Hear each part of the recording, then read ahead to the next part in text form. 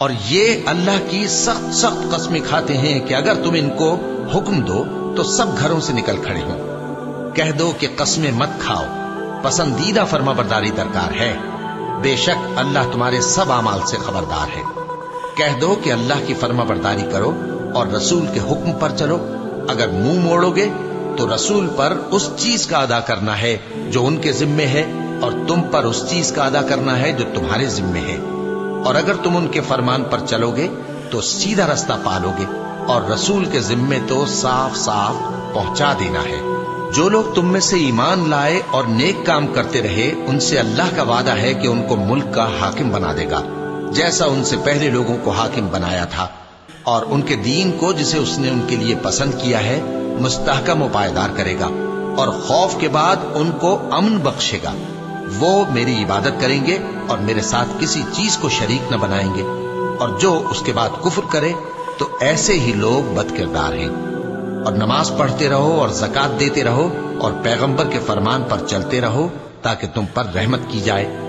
اور ایسا خیال نہ کرنا کہ کافر لوگ ہم کو زمین میں مغلوب کر دیں گے، ان کا ٹھکانہ دوزخ ہے اور وہ بہت برا ٹھکانہ ہے۔ مومنوں،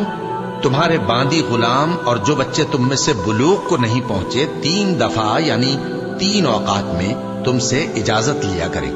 ایک تو نماز فجر سے پہلے، اور دوسرے گرمی کی دوپہر کو جب تم کپڑے اتار دیتے ہو،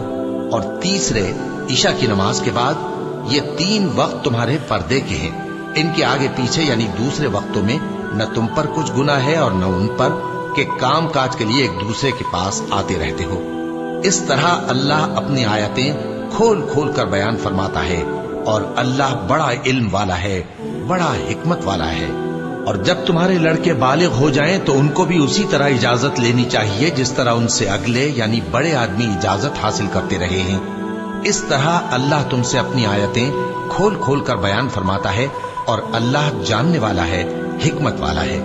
اور بڑی عمر کی عورتیں جن کو نکاح کی توقع نہیں رہی اور وہ زائد کپڑے اتار کر سر ننگا کر لیا کریں تو ان پر کچھ گناہ نہیں، بشرطے کہ اپنی زینت کی چیزیں نہ ظاہر کریں، اور اگر اس سے بھی بچیں تو یہ ان کے حق میں بہتر ہے، اور اللہ سنتا ہے، جانتا ہے۔